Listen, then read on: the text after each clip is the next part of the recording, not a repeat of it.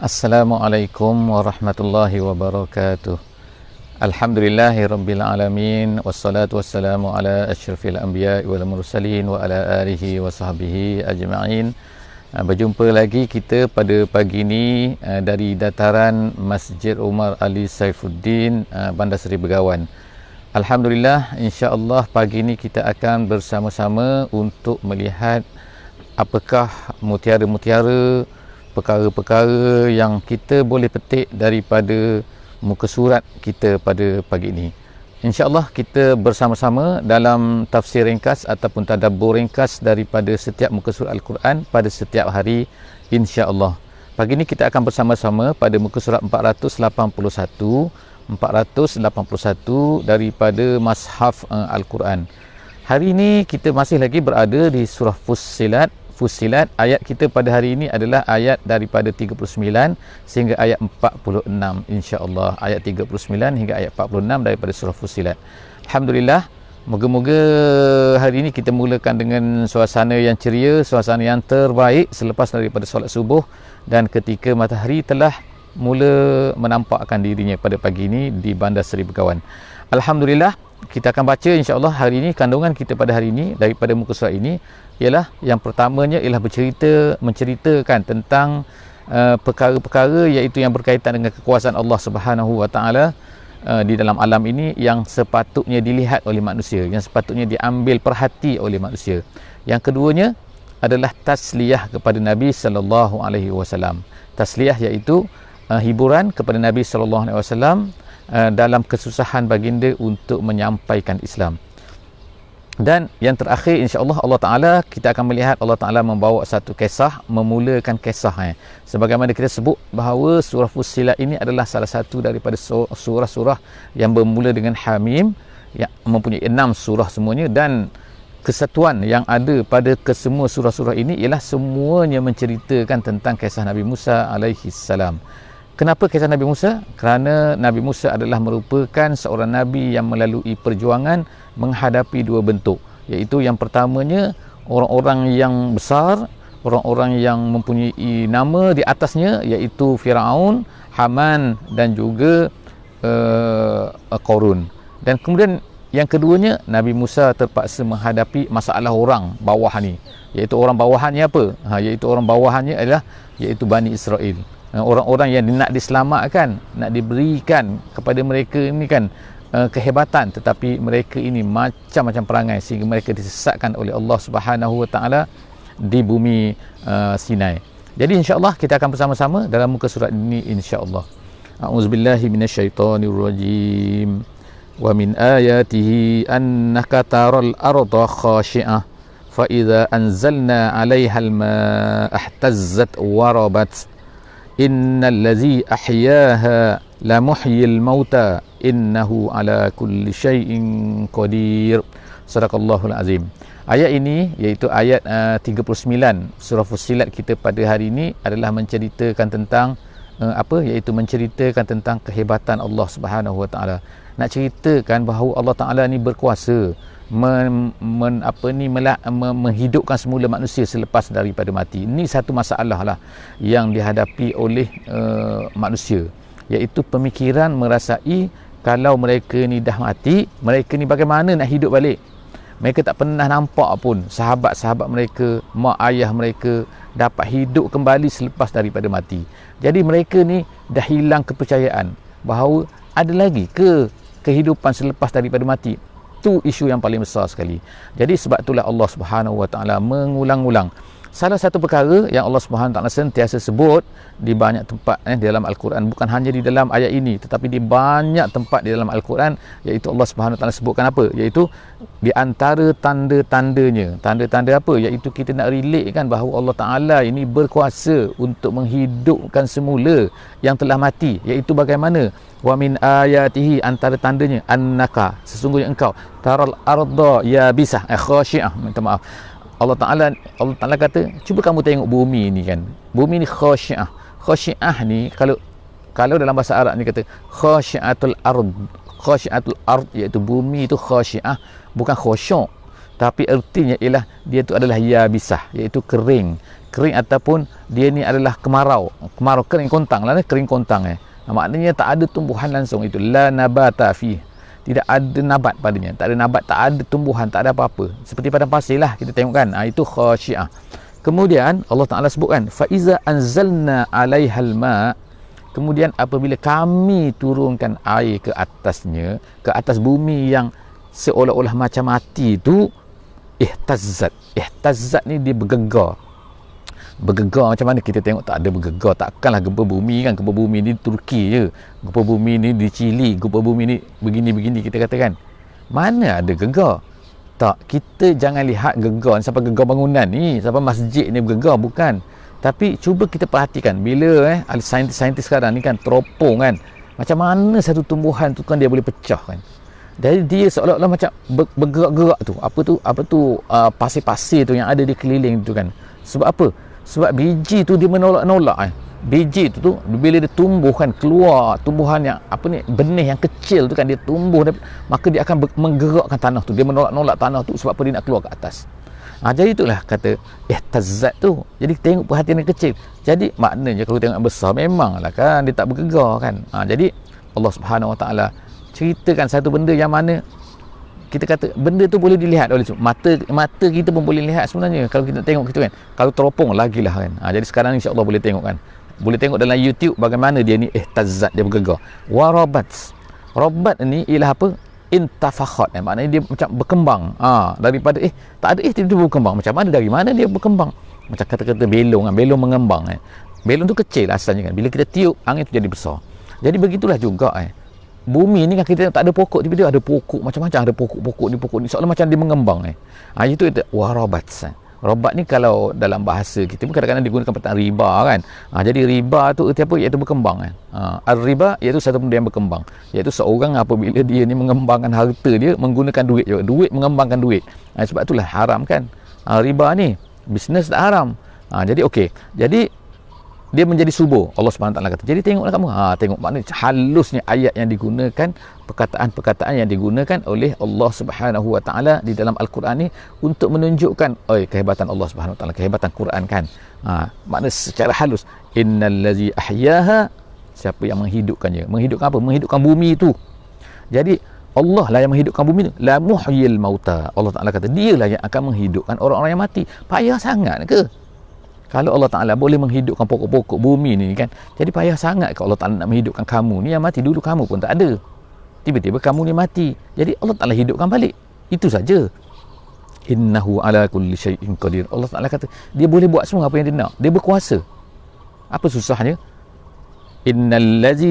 Innallazina yulhiduna fi ayatina. Kemudian seterusnya Allah Subhanahu Wa Ta'ala kata orang-orang yang yulhidun ni artinya ialah al-udul dalam bahasa Arabnya. Al-udul ni al-mailu. Al-mailu ni maknanya sengit lah, cenderung kepada suatu benda.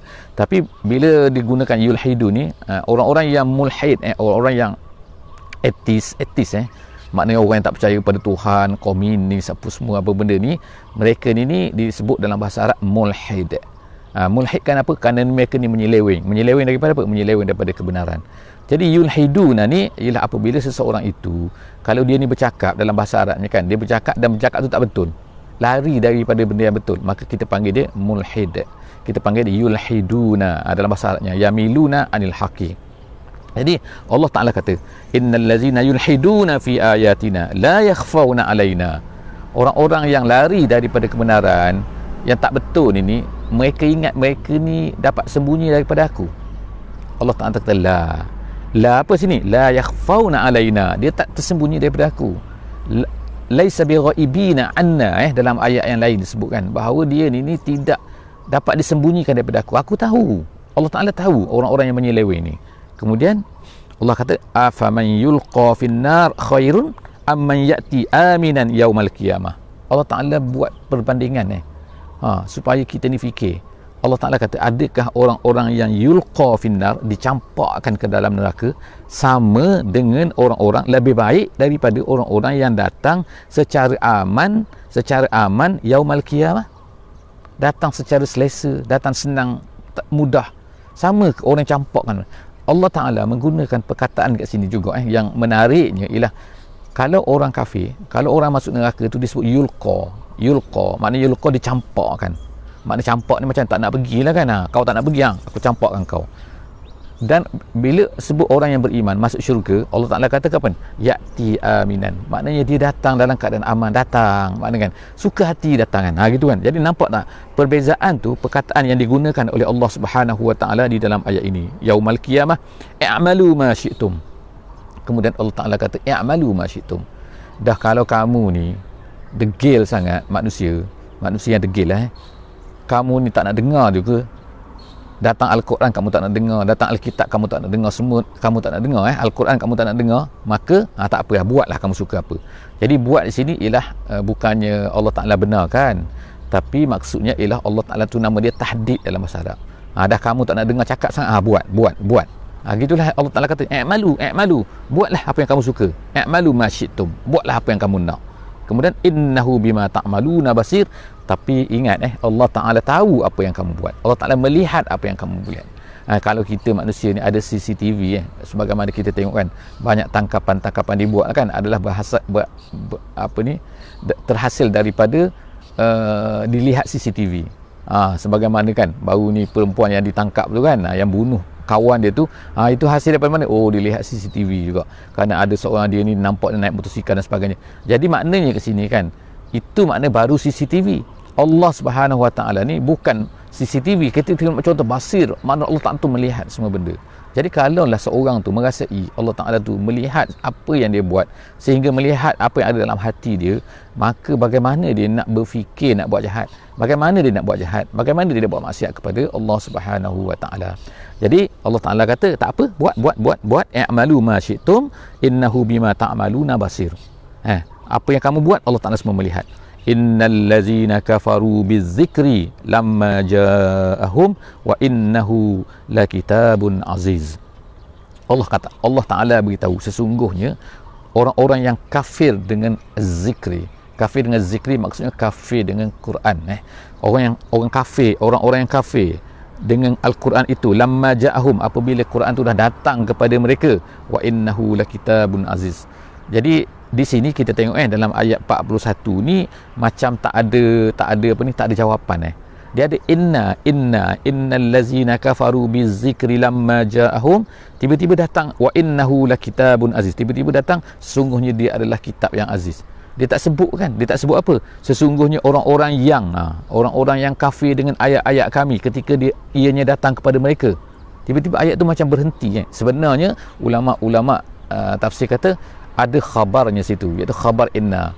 Ada jawapan dia situ. Sesungguhnya orang-orang yang kafir dengan ayat-ayat kami, maka mereka itu dikenakan azab yang pedih. Itu jawapan dia. Tapi jawapan itu tidak disebutkan. Kenapa? Kerana boleh difahami.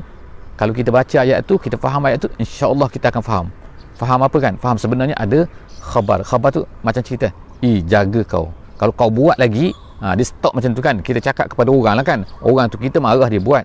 Tapi kita kata pada dia, kalau kau buat lagi, maknanya apa? Dia stop macam tu. Tak apalah. Dia pun lari. Maknanya di sini, kalau kau buat lagi, aku akan belasah kau. Itu maksud dia. Jadi Allah Ta'ala sebut sini, orang-orang yang kufur dengan Al-Quran ketika datang kepada mereka, jagalah mereka akan dikenakan azab yang pedih. Sesungguhnya Allah Ta'ala itu innahu lakitabun aziz. Kenapa? Kerana dia ni bukannya kitab main-main. Quran ni, kalau kita kan menolak, kita kufur dengan buku novel ke apa ke, tak kisah kan, buku yang dijual di kedai tu kan, itu buku manusia. Kita nak kafir, kita tak percaya, kata bumi ni bulat, katakan kata kita tak percaya, kata Jepun tu ada, Jepun tak ada ke, contohlah kata kan, negeri Jepun tu, negeri Korea tu ada ke tak ada. Dia kata tak ada, semua orang tipu je. Tak apa, itu bukan iman. Tapi ini masalahnya, dia tak beriman dengan Alkitab ni.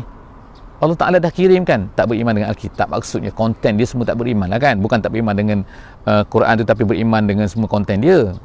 Tak beriman dengan konten Quran tu. Jadi Allah Ta'ala sebut seterusnya, la ya'tihil batil. Quran ni la ya'tihil batil. Al-batilu situ kalau kita tengok adalah baris depan. Artinya apa kan? Batil tak boleh datang kepadanya. Sesuatu benda yang tak betul tak boleh masuk dalam Quran tu. La yatatarraq ilaihil batil. Kalau ikut dalam tafsiran dalam tafsir Jalalain dia sebutkan macam tu. Maknanya tak boleh masuk al-batil ke dalamnya. Jadi ertinya dalam tu dia tu kebal Quran tu kebal. Ertinya apa? Iaitu semua yang ada tu adalah datang daripada Allah Subhanahu Wa Taala. Allah Taala jaga dia. Inna nahnu nazzalna dzikra wa inna lahu hafizun. Kami yang turunkan zikra, kami yang akan jaga dia. Jadi Allah sebut sini la ya'tihil batil min baini yadayhi wala min khalfihi. Dari belakang, dari depan, maksudnya sini dari semua arah. Kalau orang nak masukkan apa-apa orang nak masukkan dalam Quran tu, kebatilan tak mungkin.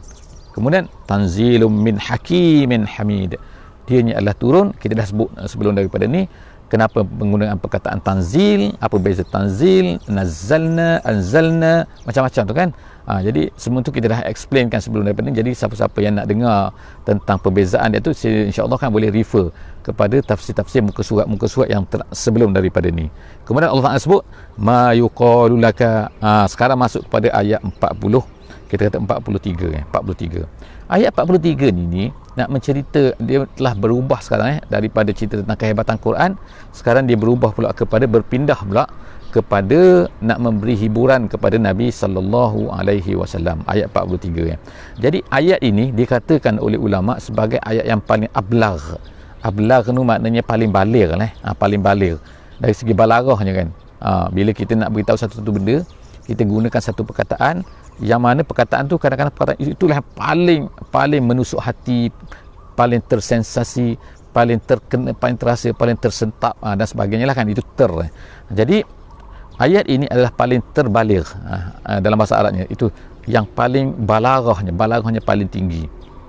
Apa dia? Iaitu bila Allah Subhanahu Wa Taala berkata kepada Nabi kita sallallahu alaihi wasallam, ma yuqalu laka illa ma qad qila lirrusul min qablik. Apa yang dikatakan kepada engkau ni, apa yang dituduh kepada engkau, apa yang dicerca kepada engkau, apa yang dikatakan tak elok kepada engkau ni wahai Muhammad, sesungguhnya perkara ni dah berlaku, telah dikatakan kepada rasul-rasul sebelum daripada kamu.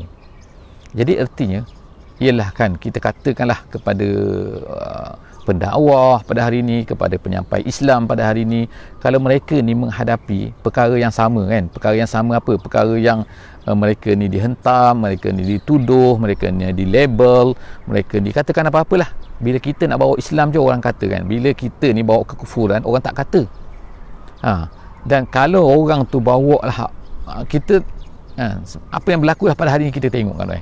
Bila kita nak bawa Islam kau orang kata macam-macam. Jadi apa yang sepatutnya ada pada orang yang nak bawa Islam ni, kalau dikatakan macam tu, maka kita katakan kepada mereka bersabar. Kenapa? Kerana perkara ini telah dikatakan kepada orang-orang sebelum daripada kamu. Maknanya bukannya Nabi Muhammad sallallahu alaihi wasallam saja, tapi ar-rusul, rasul-rasul sebelum daripada Nabi Muhammad pun telah dituduh dengan macam-macam ni. Jadi oleh kerana itu, kalau kamu dituduh, kamu dikata, kamu dicerca, maka bersabar.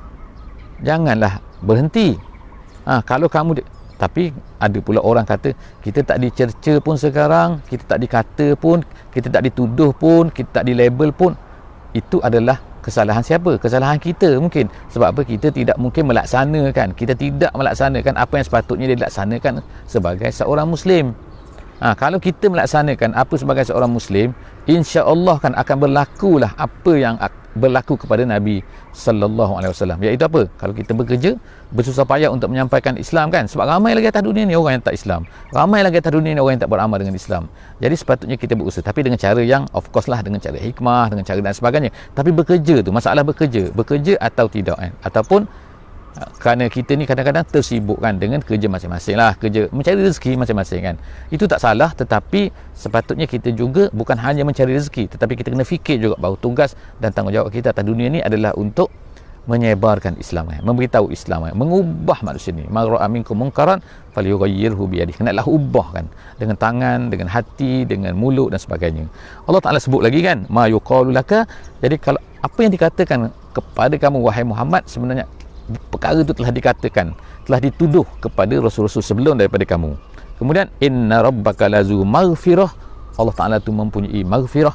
Allah itu wazu iqabin alim, tapi dia juga mempunyai balasan yang dahsyat.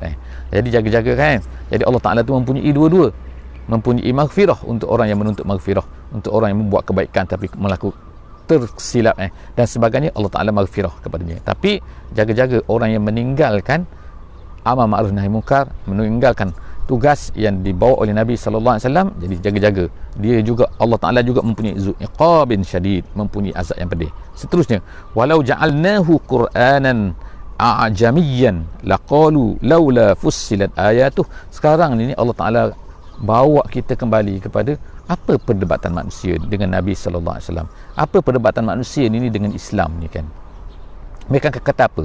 Antara yang mereka kata ni ialah mereka kata, apalah dia kata, kenapalah dia kata, dia kata macam ni kan, Quran ni dia kata walau ja'alnahu qur'anan, Allah Ta'ala beritahu kepada mereka ni kan, Allah Ta'ala beritahu kalaulah kami jadikan Quran ni dalam bahasa apa, dalam bahasa Arab tapi Allah Ta'ala beritahulah kan, andaian kalau kami turunkan Quran ni dalam Quranan a'jami. A'jami ni dalam bahasa Arab ertinya ialah satu perkataan ataupun satu bahasa yang tidak difahami oleh orang Arab. Ni bukan makna orang Arab yang belajar bahasa lah, makna orang Arab biasa, standard Arab biasa. Mereka faham tak bahasa Farsi? Tak faham. Mereka faham tak bahasa Rom? Tak faham. Mereka faham tak bahasa Eskimo? Tak faham. Maka bahasa lain lah selain daripada bahasa Arab, mereka tak faham lah kan. Jadi itu nama dia a'jami, satu perkataan, satu bahasa yang tidak difahami oleh orang Arab, bukan daripada bahasa Arab, maka nama dia a'jami. A'jami ataupun a'jami ialah seorang manusia yang mana dia bercakap yang bahasa yang tidak difahami. Jadi orang tu dipanggil a'jami, orang ajam. Jadi sebab tu dipanggil ajam. Ajam tu ialah ertinya orang bukan Arab, orang yang tak pandai bercakap bahasa Arab, ataupun bahasa yang tidak difahami oleh orang Arab. Jadi Allah Subhanahu Wa Taala kata kat sini, Quran ni bahasa apa? Quran ni bahasa Arab. Jadi Allah Taala katakan, kalau kami buat turunkan Quran ni dalam bahasa ajam pula, nanti mereka akan kata apa? Mereka akan kata kan, laqalu laula fussilat ayatuh. Nanti mereka akan kata, mereka kenapa tak turunkan dalam bahasa Arab yang kami boleh faham? Itu maknanya fussilat situ, laula fussilat ayatuh, maknanya kenapa tak turunkan dalam bahasa itu. Allah Taala buat andaian kalau kami turunkan dalam bahasa ajam. Kemudian a'jamiyun wa arabi, a'jamiyun wa arabi, itu persoalan. Adakah Quran itu a'jami? Adakah Quran itu bukan bahasa Arab? Wa Arabi itu sedangkan Nabi itu bahasa orang Arab. Itu maksud dia itu penggunaan cara macam itu, nama dia isba', nama dia kan, dalam balarah bahasa Arab nama dia isba'. Tapi ini tak apalah kan, kita ni bukan nak belajar bahasa Arab kan, tapi ada balarah sebab dia pendek kan, a'jamiyun wa arabi, macam tu je soalan dia. Tapi kalau ikutnya soalan lah situ kan, adakah Quran itu dalam bahasa ajam dan Nabi itu orang Arab? Jadi kamu orang Arab, takkan kalau Quran itu dalam bahasa ajam? Tak, Quran itu dalam bahasa Arab. Jadi Allah Ta'ala sebut sini kul huwa lillazina amanu, tapi mereka tak ambil juga manfaat walaupun mereka faham. Ertinya begitu kan, maknanya kan, ini adalah di antara, maknanya kita katakan apa, alasan-alasan orang Arab ni kan, makna orang Arab di depan Nabi itulah yang tak nak beriman tu, mereka tu macam-macam alasan tolak macam ni, tolak ni, cakap macam ni, cakap macam ni, cakap macam ni kan. Jadi memang dahsyat penolakan mereka tu. Banyak saja alasan dia ke. Jadi Allah Taala beritahu kat sini, kul walillazina amanu hudan wa shifa. Katakan Quran ini untuk orang yang beriman, untuk orang beriman. Dan dianya menjadi apa? Yang pertama menjadi hudan, dan yang kedua menjadi syifa. Jadi kita ada dua perkara kat sini kan, hudan, syifa. Hudan tu apa? Ulama tafsir kata, sebagaimana ulama dalam tafsir jalan lain disebut hudan situ ialah hudan daripada kesesatan, maknanya petunjuk daripada sesat.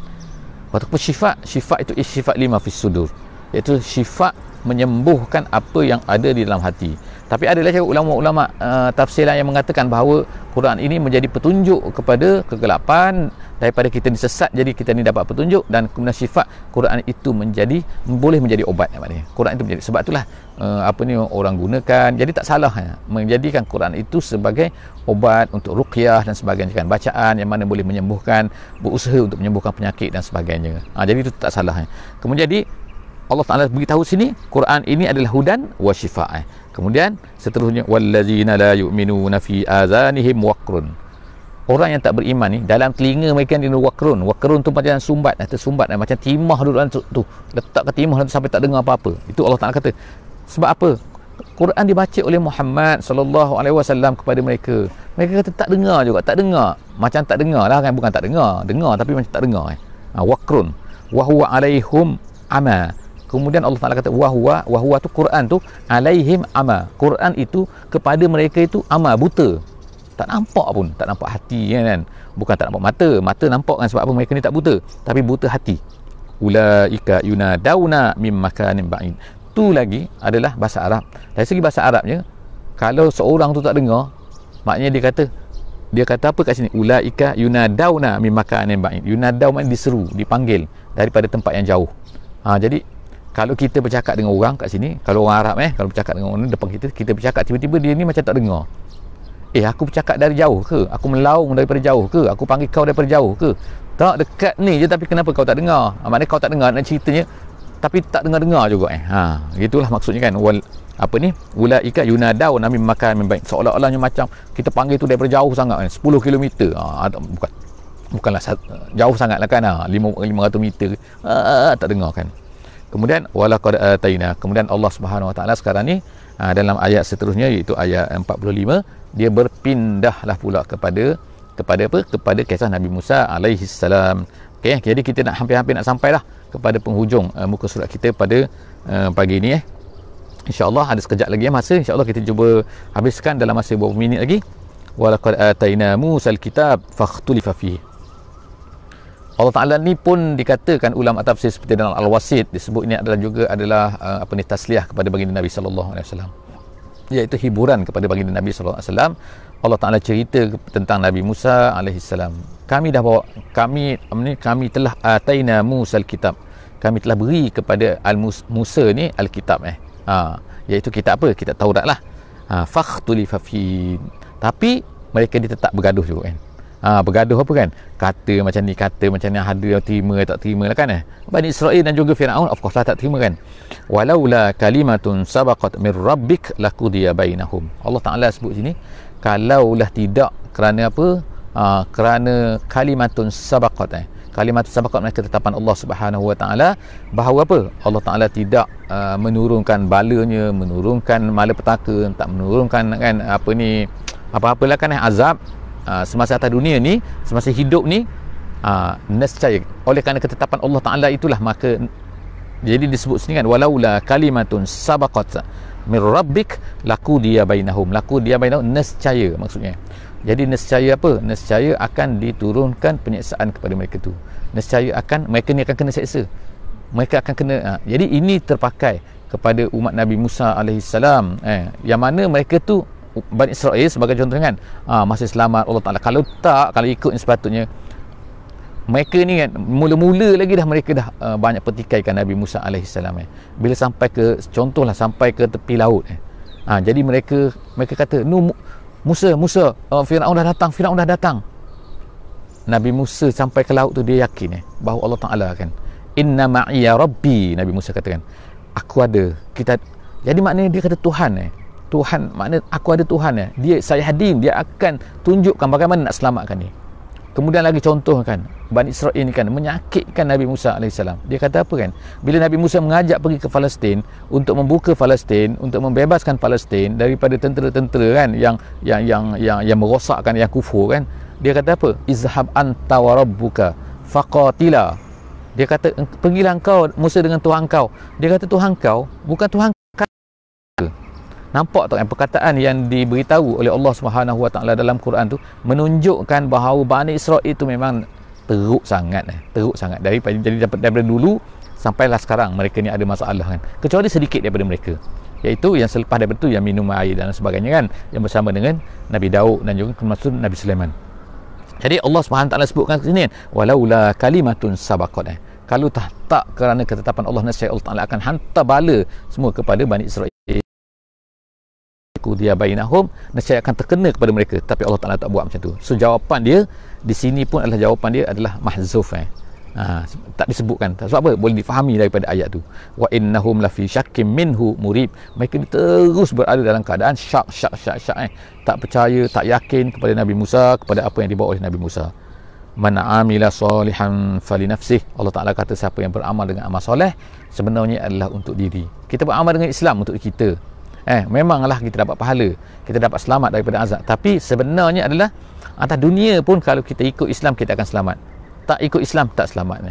Cuba tengok kan, beberapa hari lepas kan, saya kita tengok kan tak, apa ni, saya tengoklah dalam statistik kan, dicontohkan anak-anak yang lahir, anak-anak babies yang lahir daripada tak kahwin, maknanya anak haram lah kita katakan, kalau kita kan tak, iaitu anak-anak yang lahir daripada perkahwinan yang tidak sah, tak kahwin lah, iaitu dia kata di Perancis saja ada 60%. Bayangkan daripada semua tu banyak daripada Perancis. Jadi kemudian Allah Ta'ala sebutkan bahawa ni, kalau orang beramal dengan Islam di negeri Islam, perkara ini sangat sikit berlaku. Ada juga orang yang tak nak ikut Islam kan, tapi sangat rendah kan berbanding dengan negeri kafir kan. Jadi orang Islam alhamdulillah, walaupun mereka ni lah kita katakan, tapi mereka nak kahwin masih lagi lah kan, majoriti masih lagi nak kepada kahwin secara Islam, kahwin cara baik kan, kahwin ada tak nak walaupun tahap tu makin lama makin bertambah lah kan, zina, anak-anak luar nikah dan sebagainya. Tapi nampak tak, Islam ni kan, bila kita ikut Islam nak tunjukkan bahawa Masya Allah kan, dia ni akan apa ni, akan terpelihara kita sebenarnya untuk diri kita sendiri. Fali nafsi wa man asaa fa alaiha. Allah Taala kata wa man asaa, siapa yang buruk maka atas dia, ke atasnya. Kalau baik untuknya, kalau untuk alaiha, kalau tu li nafsihi, li kan, perkataan li dengan ala. Kemudian wa ma rabbuka bizallamin lil abid. Allah Taala tidak zallam. Zallam ini ada setengah-setengah tafsir kata apa ni, dia adalah perkataan mubalaghah, perkataan mubalaghah. Tetapi setengah tafsir lain menolak, dia ni zallam ni bukan mubalaghah, tetapi ialah dia nasab, dia panggil nasab seperti perkataan sammar. Sammar ni ialah menunjukkan kepada pokok yang banyak berbuah, tapi zallam ni bukan banyak berbuah, minta maaf kan. Sammar ni ialah pokok yang berbuah, gitu, pokok yang mempunyai buah, sammar. Jadi dalam bahasa Arab ni bila dia kata zallam ialah nasab. Nasab ni maknanya nisbah kan.